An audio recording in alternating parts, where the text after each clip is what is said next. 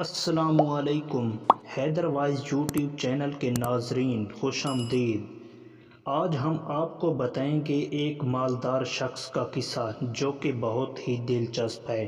تو دوستو، شروع کرنے سے پہلے آپ سے ایک ہی گزارش ہے کہ اگر آپ نے ہمارے چینل کو ابھی تک سبسکرائب نہیں کیا یا ہمارے چینل پر نئے ہیں تو ہمارے چینل کو لازمی طور پر سبسکرائب کر دیں اور ساتھ ہی بیل آئیکن کے بٹن کو لازمی دبائیں تاکہ ہماری ہر آنے والی انفارمیشن اور عجیب واقعات سے متعلق ویڈیو سب سے پہلے آپ تک پہنچے۔ ایک نیک اور مالدار شخص نے اپنا قصہ لکھا ہے کہ ایک دن میرا دل بہت بے چین ہوا۔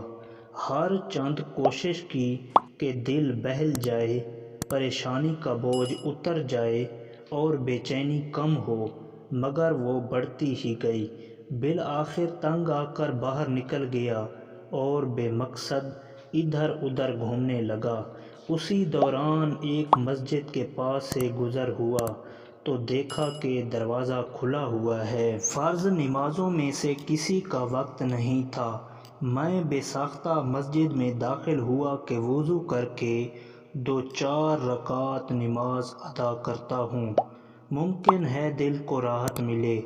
وضو کے بعد مسجد میں داخل ہوا تو ایک صاحب کو دیکھا، خوب رو رو کر، گڑ گڑا کر دعا مانگ رہے ہیں اور کافی بے قرار ہیں۔ غور سے ان کی دعا سنی تو قرضہ اتارنے کی فریاد میں تھے۔ ان کو سلام کیا، مصافحہ ہوا، قرضے کا پوچھا۔ بتانے لگے کہ آج ادا کرنے کی آخری تاریخ ہے اور اپنے مالک سے مانگ رہا ہوں۔ ان کا قرضہ چند ہزار روپے کا تھا، وہ میں نے جیب سے نکال کر دے دیے۔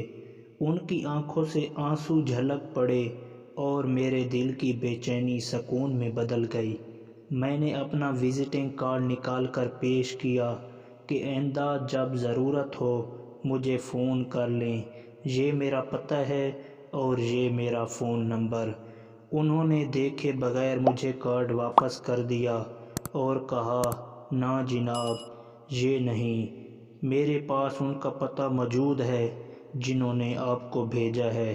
میں کسی اور کا پتہ جیب میں رکھ کر ان کو ناراض نہیں کر سکتا۔ سبحان اللہ و بحمدہ، سبحان اللہ العظیم۔ تو دوستو، اگر آپ اس طرح کی مزید ویڈیو دیکھنا چاہتے ہیں تو ہمارے چینل حیدر وائز کو لازمی طور پر سبسکرائب کریں اور بیل آئیکن کے بٹن کو دبا دیں تاکہ ہماری ہر آنے والی نئی ویڈیو سب سے پہلے آپ تک پہنچے۔ شکریہ۔